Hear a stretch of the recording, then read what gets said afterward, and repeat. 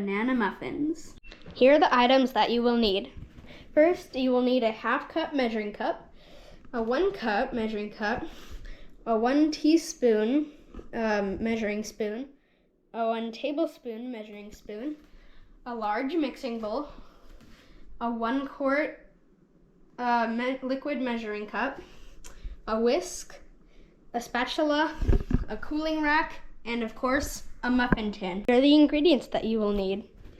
First, you will need some vanilla, some butter, some sugar, some baking soda, some salt, some oat bran, some whole wheat flour, some all-purpose flour, some buttermilk, some really overripe bananas, and some cooking spray. Get your butter and put it in a liquid measuring cup and cover it with like a plate or something, and then put it in the microwave.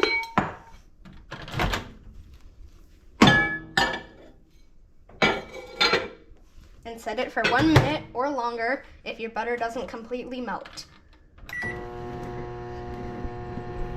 Next, peel all of your bananas.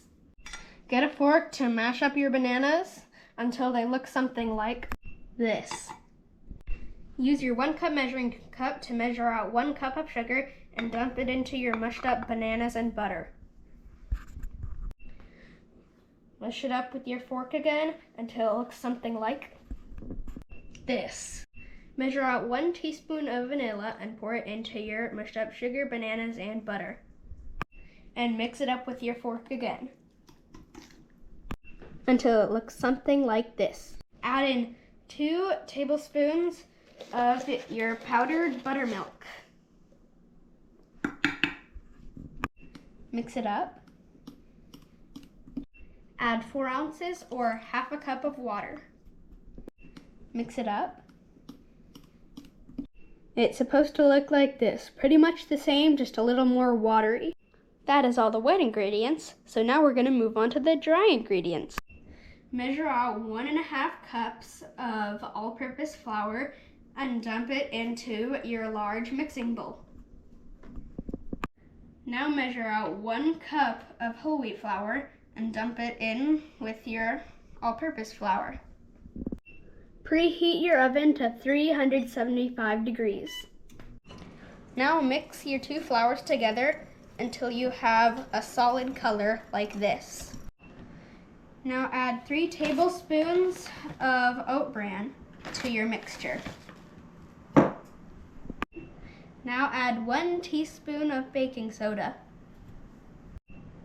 Now add 1 teaspoon of salt, but I recommend dumping it over the sink because if you dump it over the mixture and spill too much, it'll ruin it.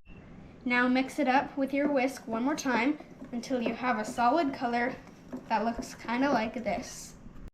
Now the fun part, combining the wet ingredients with the dry ingredients.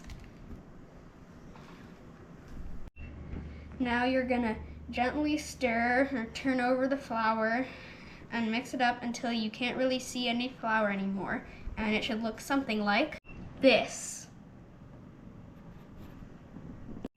Yay, my oven's at 375 degrees. Spray your muffin tin with cooking spray. So we're gonna scoop the ingredients into the muffin tin, and our favorite scooper to use is an ice cream scooper. So you're gonna kind of get a big scoop, and you're gonna just kind of put it in the muffin tin, until it's right about that height.